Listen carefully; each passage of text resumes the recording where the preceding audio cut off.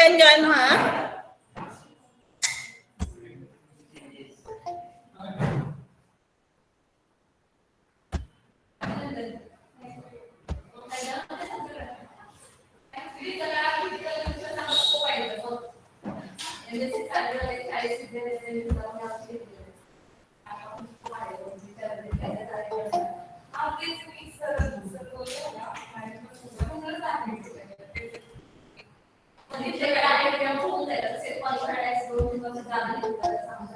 Join व्हा पटकन.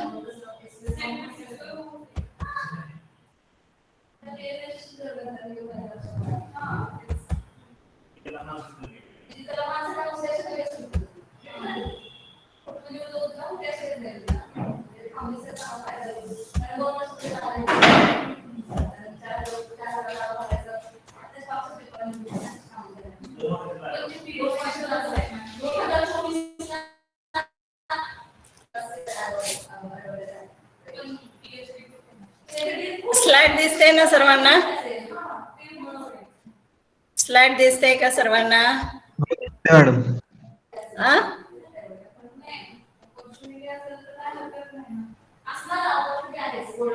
बघा, यस और नो? प्रेझेंटेशन दिसतंय सर्वांना?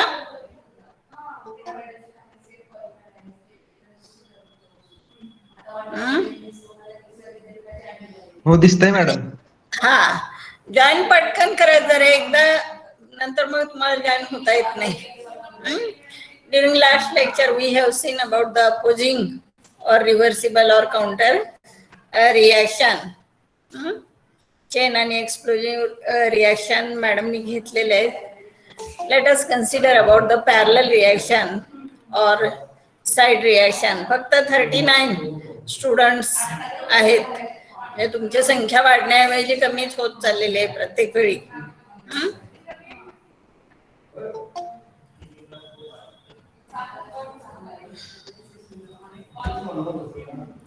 Parallel or side reactions, that is, in these reactions the reacting substance follows two or more paths to give two or more product.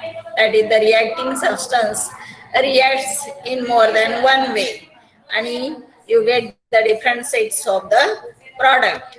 Such reactions are known as the parallel or side reaction. The preferential rate equation of such reaction may be changed by varying the conditions like pressure, temperature or catalyst. And in this reaction, in the reaction दाखवलेले, A is your reactant and A reacts in more than one way. It gives some product, that is the B, and also A gives C. Or also A reacts in three ways, give the different sets of product B, C and D. And from these three reactions, the reaction in which maximum amount of the product is formed, that reaction is known as the main chemical reaction. And the reaction which occurs along with these main chemical reactions are known as the side reaction. आता इथे या केस मध्ये पाहिलं तर the reaction in which the maximum yield of the product is obtained is called the main reaction or the major reaction, while the other reactions are called as the side reaction or parallel reaction. इथे आपण example घेतलेलं आहे. A is your reactant. A reacts in more than one way and it gives the product B and product C. If there is the maximum amount of product B, then that reaction A gives B is the main chemical reaction, and along with this reaction A gives C is the side reaction or parallel reaction. K1 is the velocity constant for this first reaction, A gives B, and K2 is the velocity constant for the second reaction. In these reactions, the reactant A gives two products B and C separately in two different reactions with rate constant K1 and K2. The first reaction rate constant वेगळा असेल, that is K1 is the rate constant of this reaction, K2 is the rate constant for this second reaction. If K1 is greater than K2, the reaction A gives B will be the main chemical reaction.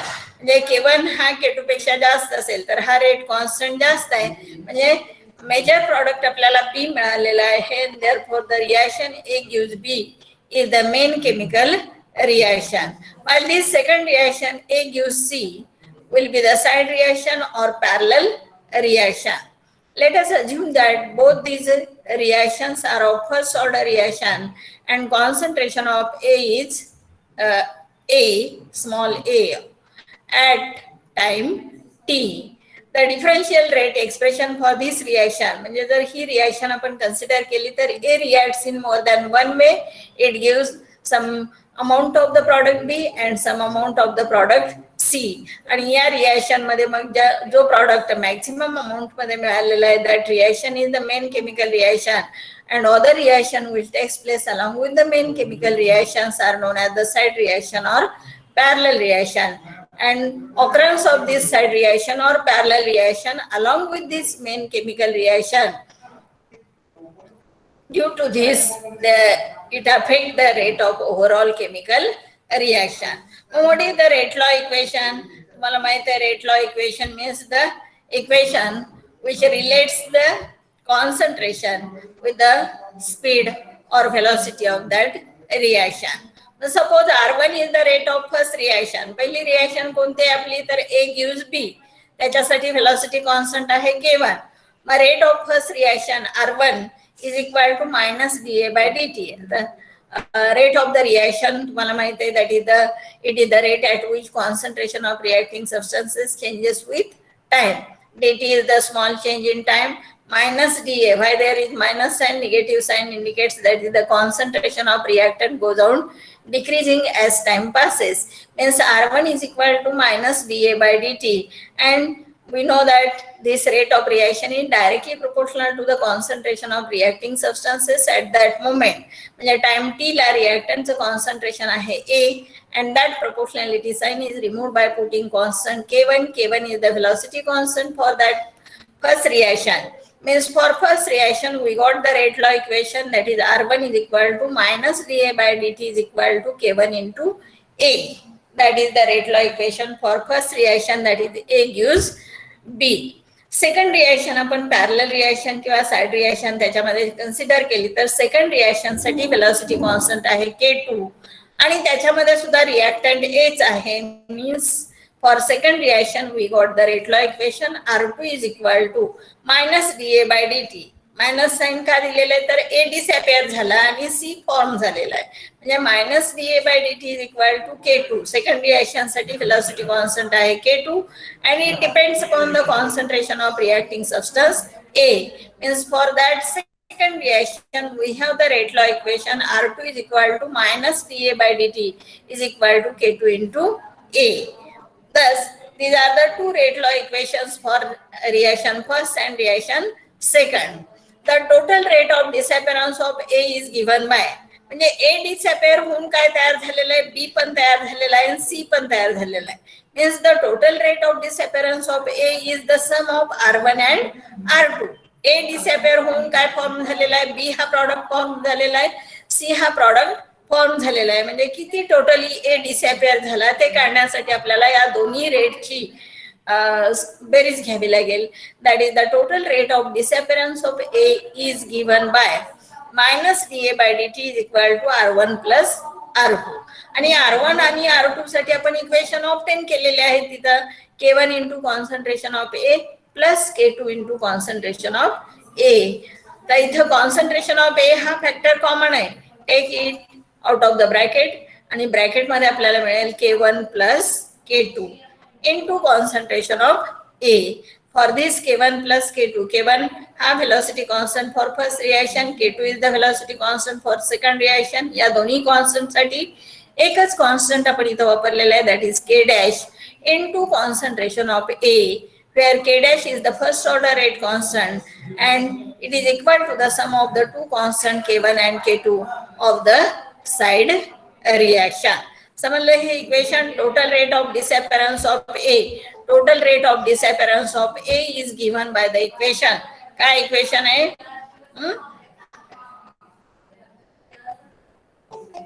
Total rate of disappearance of A. A disappear होऊन काय तयार झालेलं आहे, बी आणि C हा product आपल्याला मिळालेला आहे. याच्यामध्ये मेजर रिएक्शन ही ए गिव्स बी आहे आणि side reaction A gives C आहे. मग टोटल रेट ऑफ रिएक्शन काढायचं असेल तर आपल्याला दोन्ही रेटची काय केली पाहिजे, बेरीज केली पाहिजे. म्हणजे ए डिसॅपिअर होऊन त्यापासून काही प्रमाणात बी मिळाला आणि काही प्रमाणात सी मिळाला. Minus D A by D T, minus D A by D T represent the rate of disappearance of A is equal to R1 plus R2. R1 ची व्हॅल्यू आपण काढलेली आहे K1 into concentration of reacting substance A आणि R2 is equal to K2 into concentration of reacting substance A. त्या दोन्हीची बेरीज केली K1 into concentration of A plus K2 into concentration of A. Concentration of ए हे common आहे, bracket मध्ये राहील K1 plus K2 into concentration of A. K1 आणि K2 हे दोन्ही कॉन्स्टंट आहेत. या दोन्ही कॉन्स्टंट साठी एकच कॉन्स्टंट आपण यूज केलेला आहे, that is K dash, and therefore we got the equation minus DA by dt, that is the overall rate of disappearance of A is equal to K dash into concentration of A. समजलंय सर्वांना equation, rate law equation? काय याच्यामध्ये difficulty आहे का? बोला किंवा chat box मध्ये answer द्या. समजलंय का मयूर? मॅम ते R1 आणि R2 रिएक्शन सी बी आणि सी साठी आहे. R1 हा A गिव्स B साठी आहे आणि R2 हा A गिव्स C साठी आहे. मग तिथं डी अंडर रूट ए का लिहिले दोन्ही ठिकाणी? तिथं बी अंडर रूट बी कंसात ए दोन्हीकडे का लिहिले? रेट आपण कसा रिप्रेझेंट करतो? रेट ऑफ डिसअपिअरन्स ऑफ रिएक्टंट किंवा rate of appearance of product. मग डिसअपिअर काय झालेलं आहे, तर ए हा डिसअपिअर झालेला आहे. म्हणजेच it is the rate of change in concentration of reactant with respect to change in time. Rate साठी आपल्याला इक्वेशन आहे. मायनस साइन काय दिलं, तर एचं कॉन्सन्ट्रेशन काय होत गेलेलं आहे, डिक्रीज होत गेलेलं आहे. ए रिॲक्ट होतोय म्हणजे टाइम नुसार त्याचं कॉन्सन्ट्रेशन काय होतं, डिक्रीज होतं. म्हणजे minus D A by D T हा नेहमीच आपलं रेट लॉ इक्वेशन आहे. आणि हा rate according to the law of mass action it is directly proportional to the concentration of reacting substances at that moment. मग त्या टाइमला रिॲक्टंटचं कॉन्सन्ट्रेशन किती आहे, तर स्क्वेअर ब्रॅकेट मध्ये कॅपिटल ए. मग minus D A by D T directly proportional to A. हे प्रोपोर्शनॅलिटी साइन रिमूव्ह करण्यासाठी आपण वेलोसिटी कॉन्स्टंट वापरतो, that is K1 into A. त्याचप्रमाणे सेकंड रिएक्शन साठी सुद्धा आपल्याला काय मिळेल, minus D A by D T is equal to K2 into A. समजलं?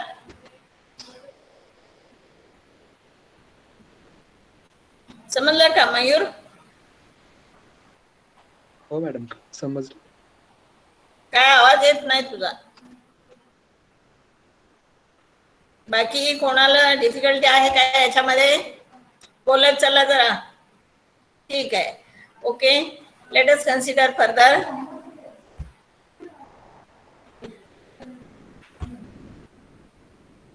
Integrating the rate law equation. हे इक्वेशन आपण काय केलं, इंटिग्रेट केलं. तर integration of minus D A by D T is equal to integration of K dash into concentration of A. Applying the limits A0 and AT. A0 म्हणजे जसं small ए आपण घेतो तसं A0 is the initial concentration at 0 time and AT is the concentration at time T. Time T नंतरचं रिॲक्टंटचं concentration आहे AT. Time 0 टाइमला concentration आहे A0 at time T is equal to 0 and T is equal to T. हे equation integrate केलं. These are the limits of integration. Minus D A by D T is equal to K dash हा constant आहे, integration of D T 0 to T. Time 0 to T एवढा change झालेला आहे. That are the limits of integration. मग याचे integration आपण घेतलं तर काय येईल, minus LN upper limit divided by lower limit येईल. That is the sorry LN A0 divided by AT minus LN upper limit divided by this limit, that is LN A0 upon AT. Minus plus केलं म्हणजे हे lower limit वरती आलं आणि upper limit denominator आलं. LN A0 divided by AT याचं integration is equal to K dash आणि डीटीचं integration T K dash T plus K1 plus K2 into T. Where A0 is the initial concentration of the reactant and AT is the concentration of A at time T. The ratio of the rates of two side reaction is obtained by dividing equation 1 by 2. तर हे final equation आपल्याला integration नंतरचं मिळालं. इथं A0 हे सुरुवातीचं concentration आहे, AT हे टाइम टीचं कॉन्सन्ट्रेशन आहे equal to K dash T plus K1 plus K2 T. ही इंटिग्रेशन कॉन्स्टंटची व्हॅल्यू ऑप्टेन करून डायरेक्टली इथं लिहिलेले. हे फायनल इक्वेशन साइड रिएक्शन किंवा पॅरलल रिएक्शन साठी मिळालं. If we take the ratio of two side reactions it is obtained by dividing equations 1 by 2. We have R1 divided by R2 is equal to K1A divided by K2A is equal to K1 divided by K2. And from the equation 4 and 5, we can calculate individual rate constant K1 and K2. R1 upon R2 is equal to K1 upon K2. By using equation number 4 and this equation number 5, we can calculate the velocity constant for first reaction and velocity constant for second reaction. समजलं हे सर्वांना?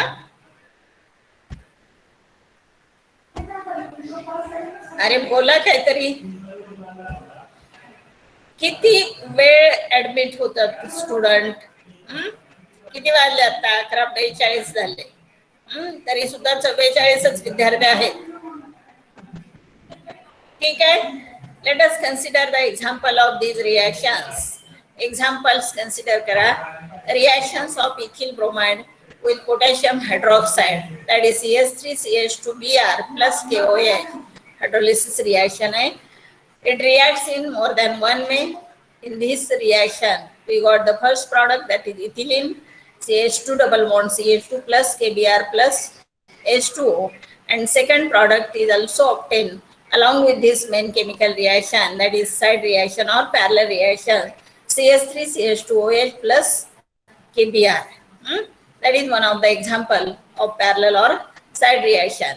Second, dehydration of 2-methyl-2-butanol. If we consider this reaction, also here two sets of products are obtained.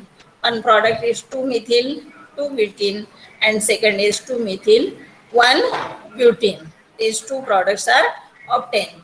Bromination of bromobenzene, that is the bromobenzene plus KOH, it reacts in more than one way, gives the two sets of product, ortho-dibromobenzene and para-dibromobenzene.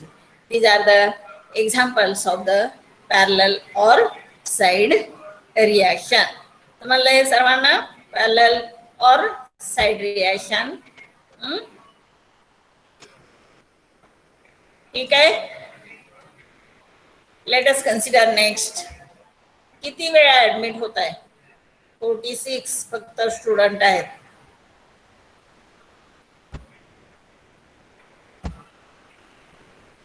Consider the next reaction, that is the consecutive reactions.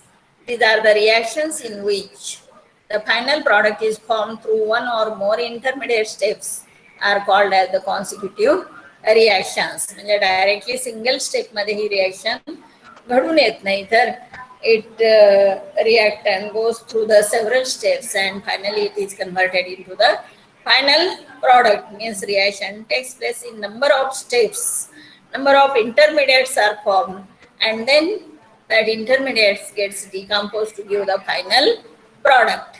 These are also known as the sequential reactions.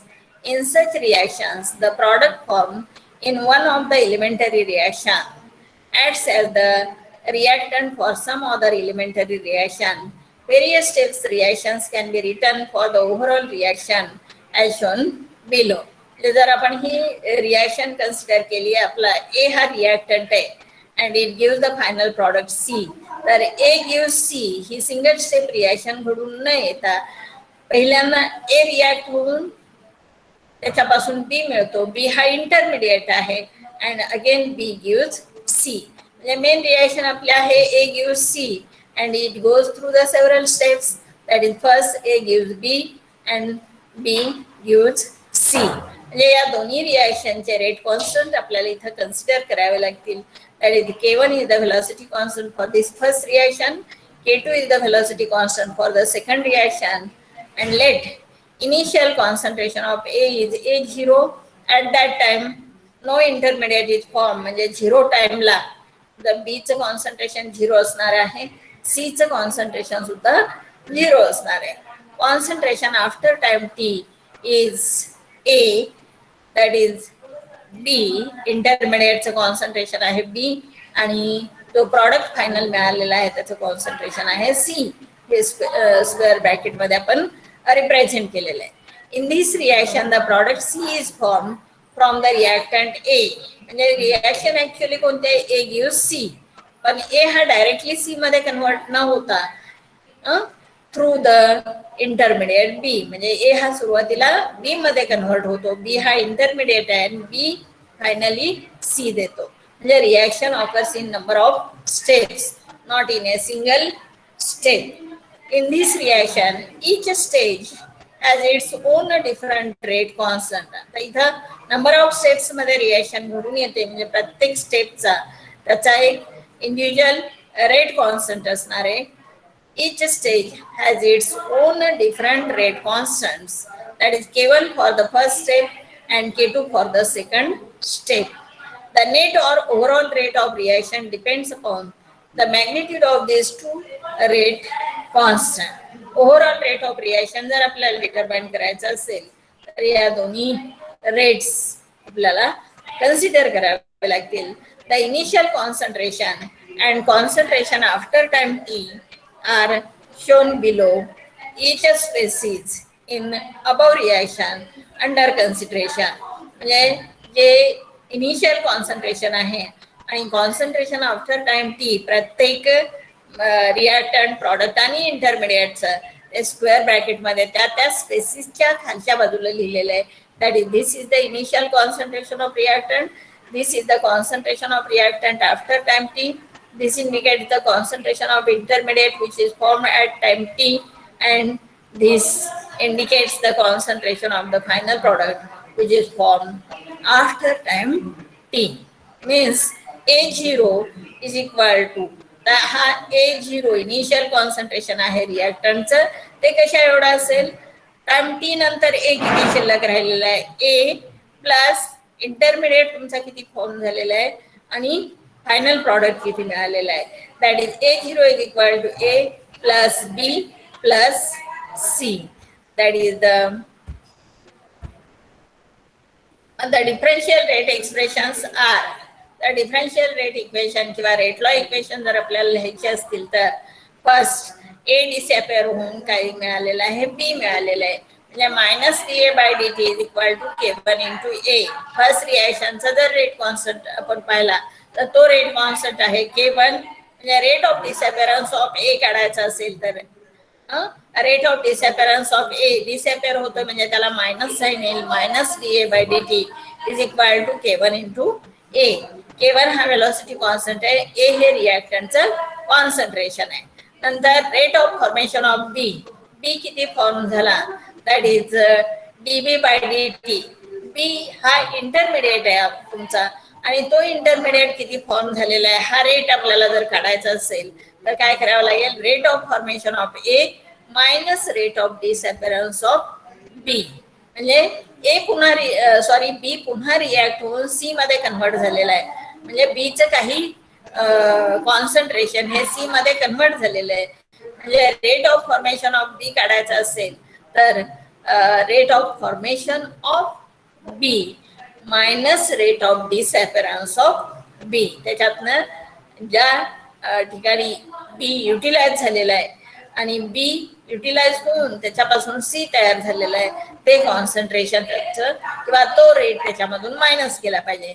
म्हणजे D B by D T is equal to K1 A minus K2 B, K1 A minus K2 B, and D C by D T is equal to K2 B.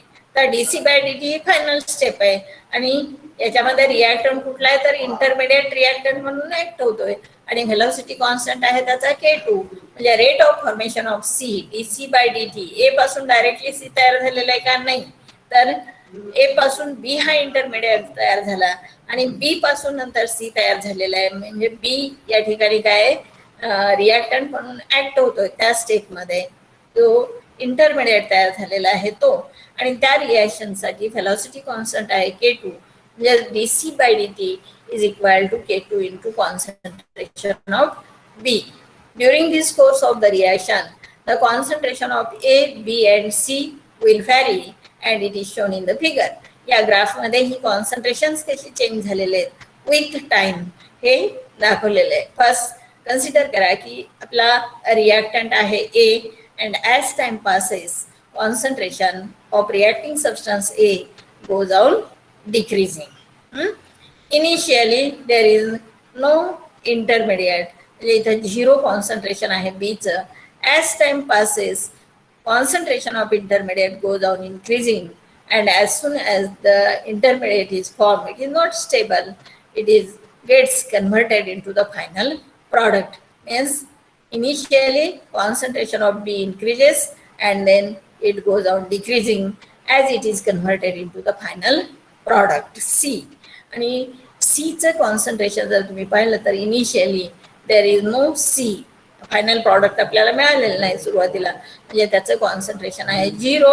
As time passes concentration of the final product goes on increasing. This graph indicates how the concentration of the substances A, B and C varies with time.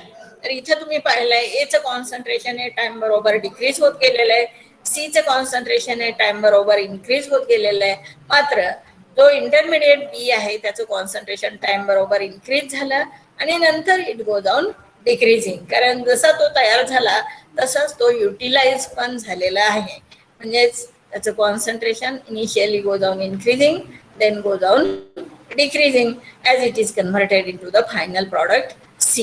From the figure हा जर graph आपण पाहिला तर it is clear that the concentration of A decreases exponentially, the concentration of B first increases and then decreases and the concentration of C increases from 0 with time and finally attains the constant value equal to A0. म्हणजे initially जे रिॲक्टंटचं तुमच्या concentration होतं तिथपर्यंत सीचं concentration काय झालेलं आहे approach झालेलं आहे that is the initial concentration of reacting substance A when all A has changed into the final product C. This is the graphical representation. Then let us consider the examples of first order consecutive reaction. इथं आपण first order reactions consider केलेले आहेत म्हणजे एकाच reacting सबस्टन्सवरती rate of reaction हा depend आहे that is the decomposition of dimethyl ether in the gaseous phase that is CS3COCS3 हा डायरेक्टली हा फायनल प्रॉडक्ट आहे आपला H2+CO पण डायरेक्टली या फायनल प्रॉडक्टमध्ये कन्व्हर्ट न होता first it gives CH4+ HCHO. These two are the intermediates which are formed from this reactant. K1 is the velocity constant for this first step and these intermediates again undergo the reaction and give the final product H2+CO. K2 is the velocity constant for this particular reaction. Decomposition of ethylene oxide CH2CH2O, it gives the CH3CHO plus and finally again this intermediate gives CH4 and CO and these two are the final product but directly ethylene oxide is not converted into CH4+CO.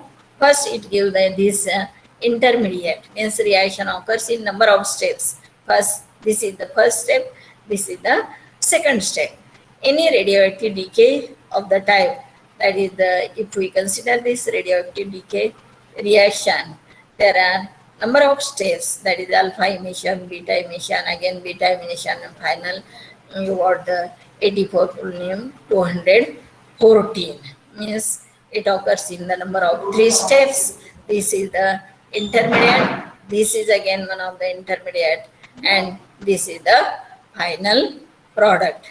These are the examples of the consecutive reaction for the first order reactions. अशा प्रकारे आपण simultaneous reaction मधले opposing or reversible or counter reactions पाहिलेले आहेत. अगोदरच्याच लेक्चरला आपण पाहिलेले होत्या. Then we have seen parallel or side reaction and consecutive reaction. तुम्हाला हे सर्वांना काय डिफिकल्टी आहे का याच्यामध्ये? बोला जरा. 45 विद्यार्थी आहेत फक्त. परीक्षेला मात्र तुम्ही सगळे प्रेझेंट असताय आणि लेक्चरला एवढी कमी संख्या. काय प्रॉब्लेम काय आहे तुमचा अटेंडन्सच्या बाबतीत?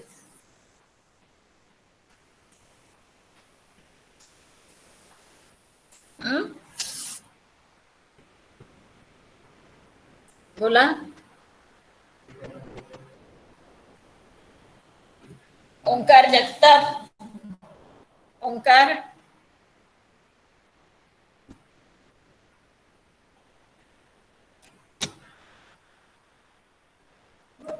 चॅट बॉक्स मध्ये तरी तुम्ही रिप्लाय देऊ शकता ना?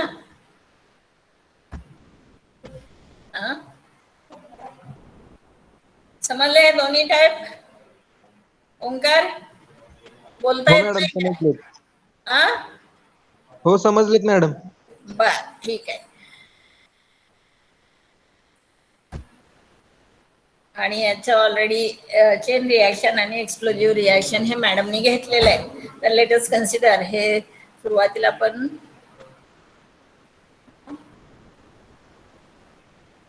कायनेटिक्स मध्ये आपण काय काय पाहिलं ते थोडंसं रिवाइज करूया.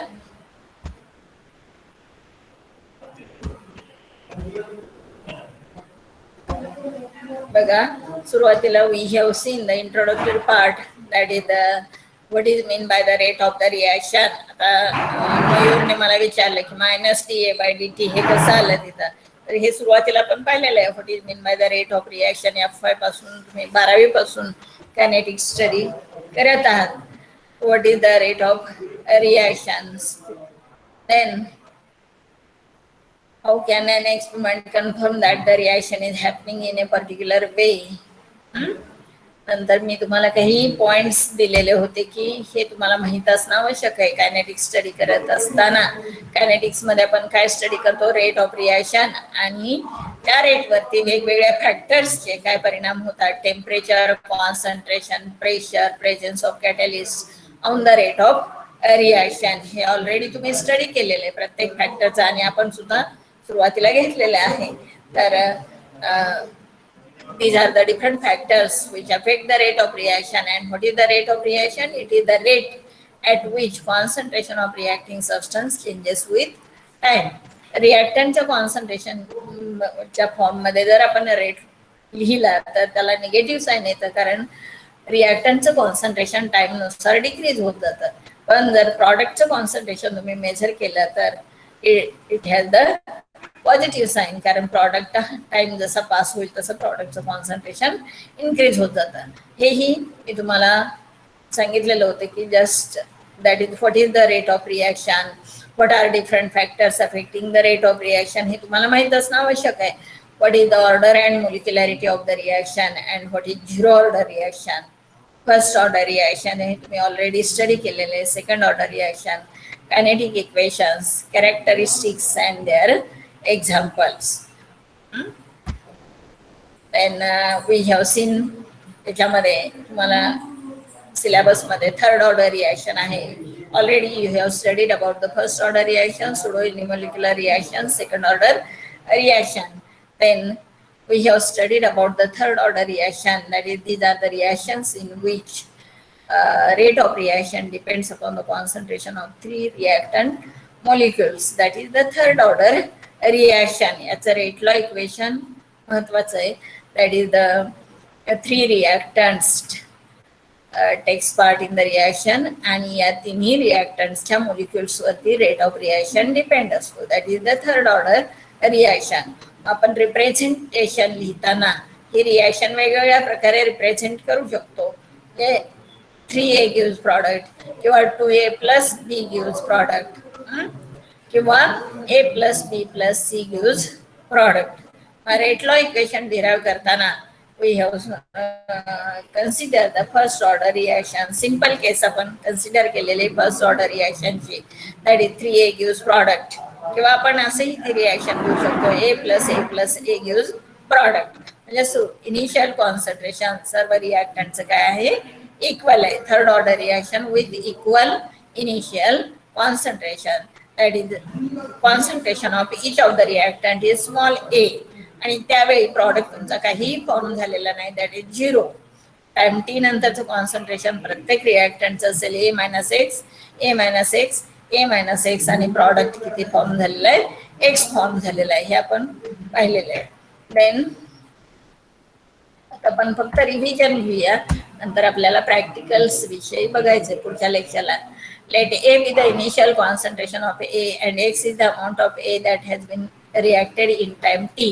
हे प्रत्येक वेळी तुम्ही पाहिलेलं आहे की A हा सुरुवातीचं कॉन्सन्ट्रेशन जर असेल रिॲक्टंटचं आणि टाइम टी मध्ये त्याचं एक्स एवढा अमाऊंट प्रॉडक्टमध्ये कन्व्हर्ट झालं, तर टाइम टी नंतरचं रिॲक्टंटचं कॉन्सन्ट्रेशन असेल A minus x. Then according to law of mass action, rate of reaction is given by the equation dx by dt is equal to k into a minus x cube. तर इथं dx by dt कसा आला, तर d into a minus x by dt minus d into a minus x by dt, म्हणजे minus D A by D T येईल आणि minus minus plus होईल, D X by D T. Minus D A by D T हा 0 घेतो आपण, कारण ए हा constant आहे आणि कॉन्स्टंट टर्मची डेरिव्हेटिव्ह ही काय असते, नेहमी 0 असते. म्हणजे D X by D T is equal to K into A minus X cube. Rearrange केलं हे इक्वेशन, तर dx upon a minus X cube is equal to K D T, आणि हे इक्वेशन इंटिग्रेट केलं. On integration we got the equation 1 upon 2 a minus X cube is equal to K T plus C.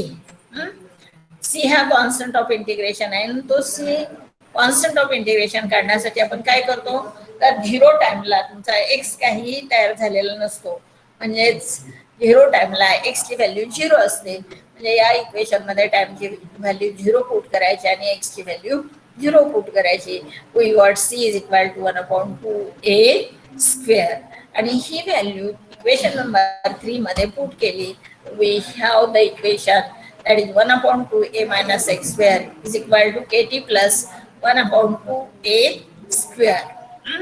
He term left hand साइडला घेतली, it becomes minus, that is k is equal to t जाईल डिनॉमिनेटरला, that is 1 upon t in bracket 1 upon 2a minus x square minus 1 upon 2a square, आणि मग 2t, 2 हा common आहे इकडे घेतला, ब्रॅकेट मध्ये 1 upon a minus x square minus 1 upon a square, हा ब्रॅकेट सॉल्व करून घेतला, that is a square minus a minus x square divided by a square into a minus x square.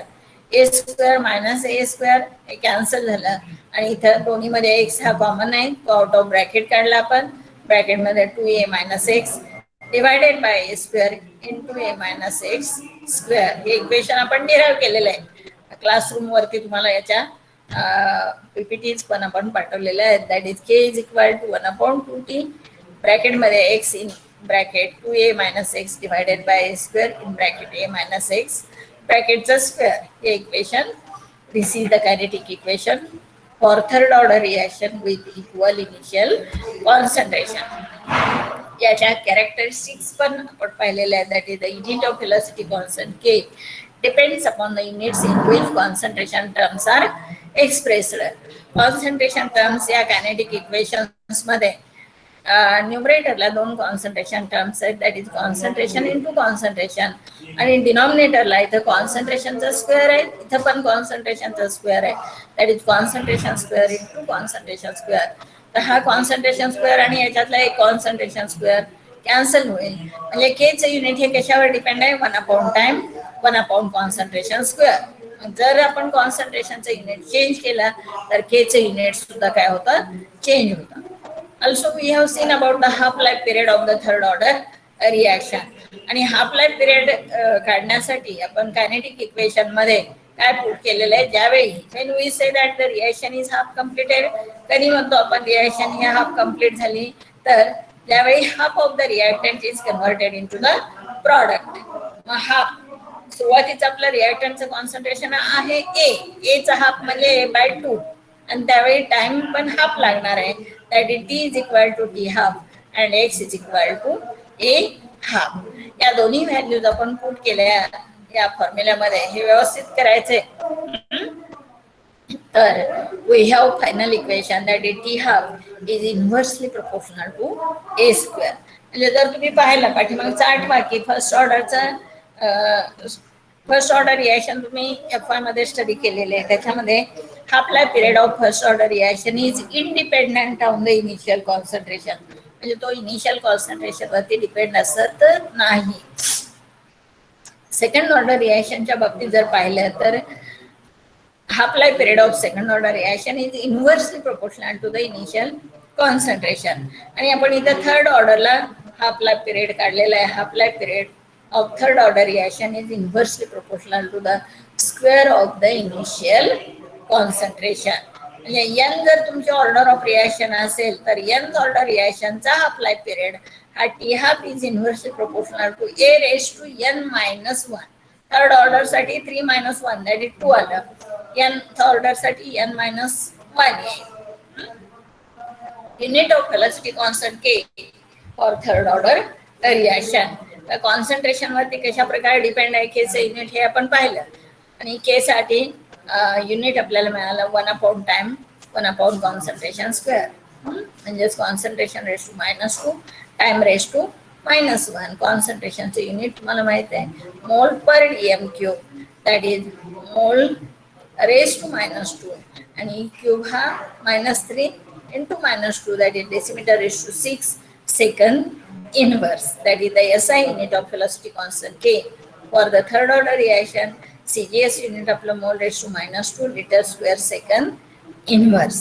हे CGS unit असेल.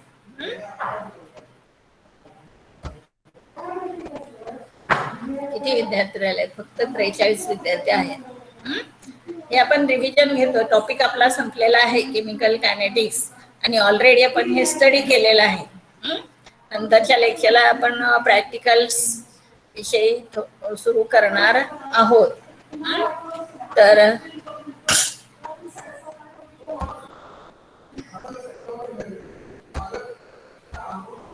these are the examples of the third order reaction. म्हणजे प्रत्येक reaction तुम्ही observe केली तर याच्यामध्ये 3 molecules reaction मध्ये भाग घेतात.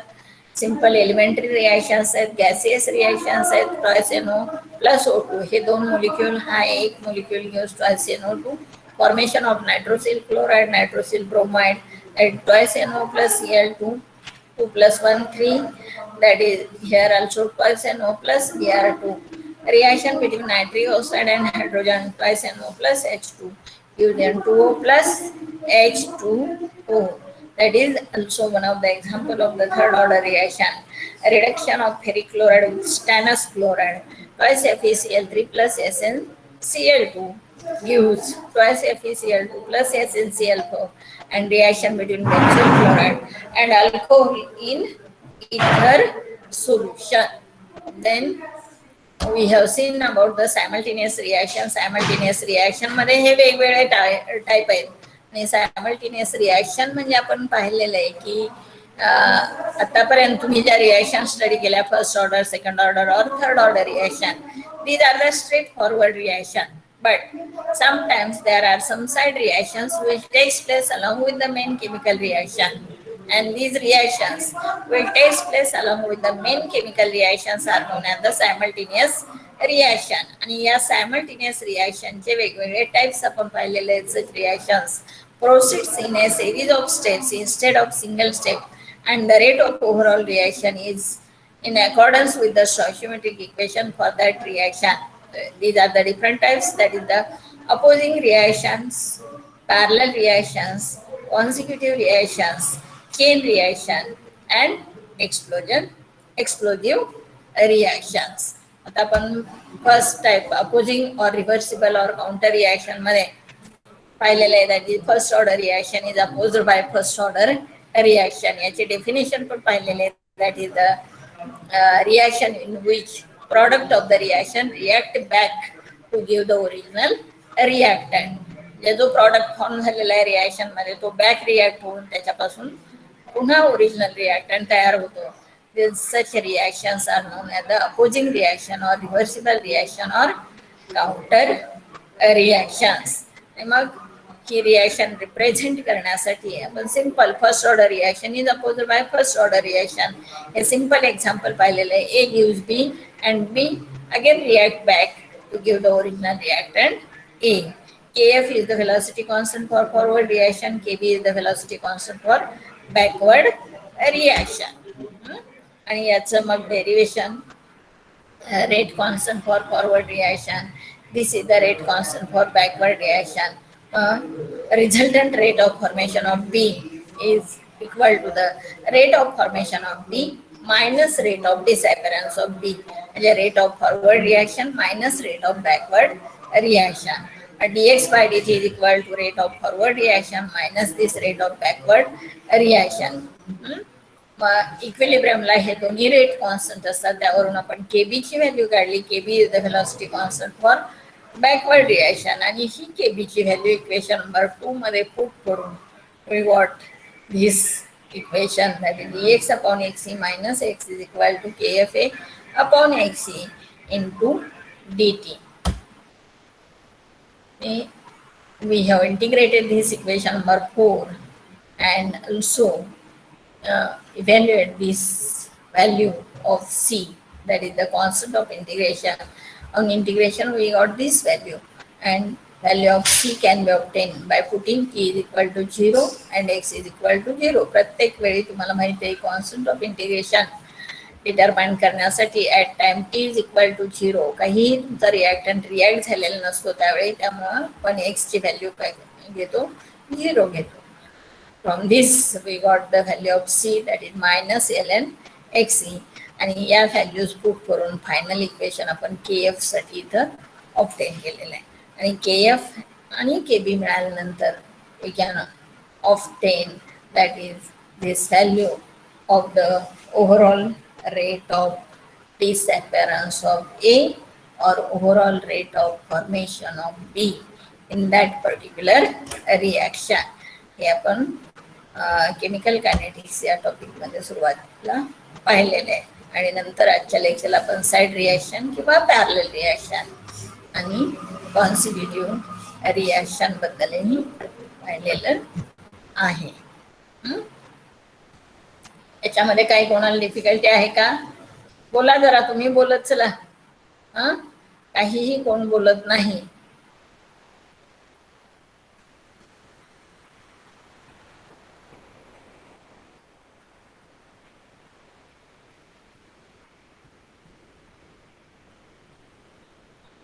अमृता इंगळे, अमृता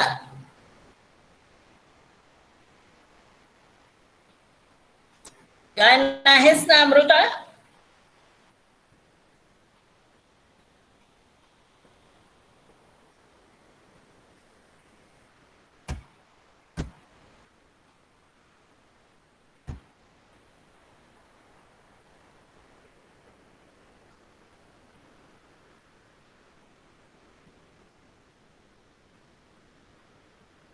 बरं ठीक आहे, तुम्हाला काही डिफिकल्टी नाही असं दिसतंय. आणि ते समजलंच पेपर ज्या प्रकारे तुम्ही लिहिलेलं आहे, म्हणजे तुम्हाला सर्व येते पण पेपरमध्ये काही लिहू शकत नाही तुम्ही. आणि विचारल्यानंतर पण काही आन्सर द्यायचं नाही असं ठरवलंय.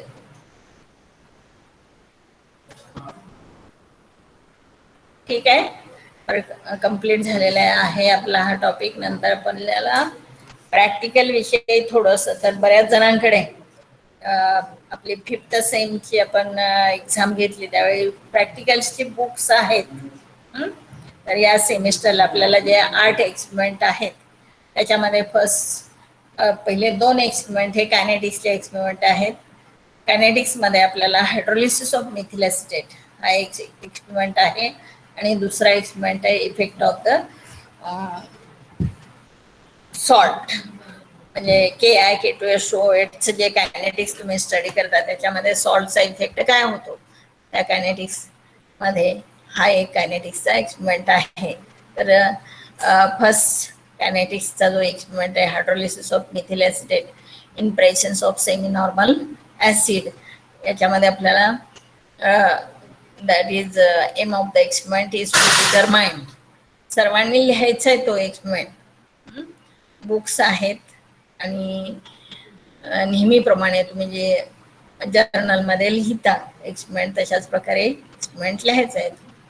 एम आहे एक्सपेरिमेंटचं to determine the energy of activation of the first order reaction, that is hydrolysis of methyl acetate in presence of semi normal acid. Semi normal acid म्हणजेच 0.5 normal acid in presence of HCl और H2SO4, जे काही तुम्हाला दिलेलं असेल ते, oblique 0.5 normal HCl oblique 0.5 normal H2SO4. तर या एक्सपेरिमेंटसाठी लागणारी केमिकल्स आहेत, 0.5 नॉर्मल HCl असेल, 0.5 नॉर्मल H2SO4 असेल, मिथिल ॲसिटेट, टायट्रेशनसाठी 0.1 नॉर्मल NaOH, आईस आणि फिनॉल्थॅलिन इंडिकेटर. इथं सेट लावताना, फर्स्ट सेट ज्यावेळी तुम्ही लावता, एनर्जी ऑफ ॲक्टिवेशन डिटरमाइन करायचे आहे, म्हणजे आपल्याला 2 सेट इथं लावले पाहिजेत. आणि हे 2 सेट परफॉर्म करण्यासाठी सुरुवातीला कायनेटिक्समध्ये तुम्ही 5th सेमला पण एनर्जी ऑफ ॲक्टिवेशन डिटरमाइन केलेले between the reaction potassium iodide and potassium per sulphate. तसाच सेट लावताना फर्स्ट दोन्ही बॉटल व्यवस्थित वॉश करून घ्यायच्या. फर्स्ट बॉटलमध्ये 5 ml मिथिल ॲसिटेट घ्यायचं आहे. मिथिल ॲसिटेट हे ब्युरेटमध्ये लावलेलं असतं, ब्युरेटमधूनच 5 ml मिथिल ॲसिटेट फर्स्ट बॉटलमध्ये आपण घेतो.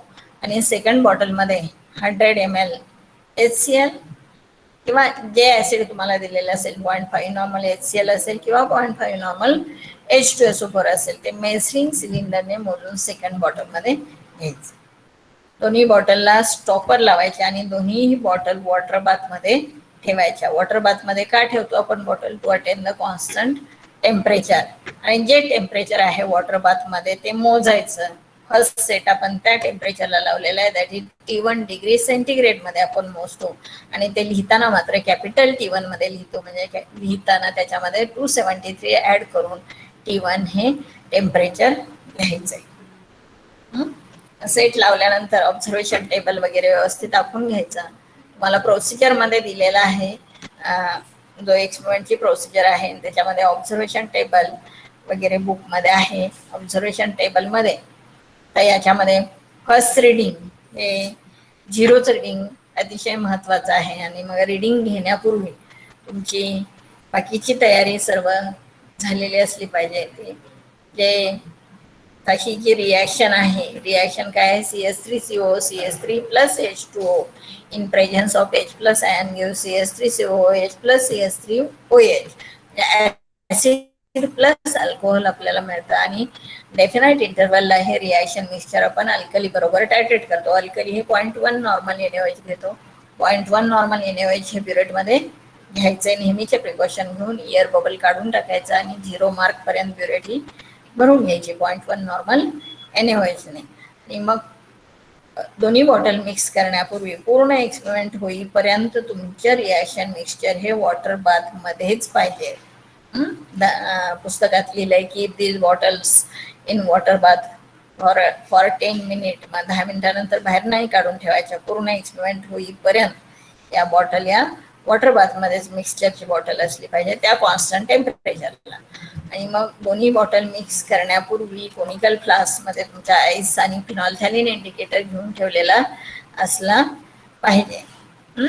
मिक्स करताना कोणती बॉटल कोणत्या बॉटलमध्ये मिक्स करायची, तर ज्याच्यामध्ये जास्त व्हॉल्यूम आहे ती बॉटल कमी व्हॉल्यूमच्या रिॲक्शन मिक्सचरमध्ये रिॲक्टंटमध्ये मिक्स करायची. म्हणजे जास्त व्हॉल्यूम आपला सेकंड बॉटलमध्ये आहे 100 ml HCl, तर ती बॉटल ही फर्स्ट बॉटलमध्ये मिक्स करायची. मिक्स करताना एकही ड्रॉप त्या सोल्युशनचं बाहेर सांडू द्यायचा नाही, कारण जर तुमचं सोल्युशन बाहेर सांडलं तर त्याचं व्हॉल्यूम चेंज होतो. व्हॉल्यूम चेंज झाल्यामुळे कॉन्सन्ट्रेशन बदलतं आणि मग येणारं रिडिंग हे चुकीचं येतं.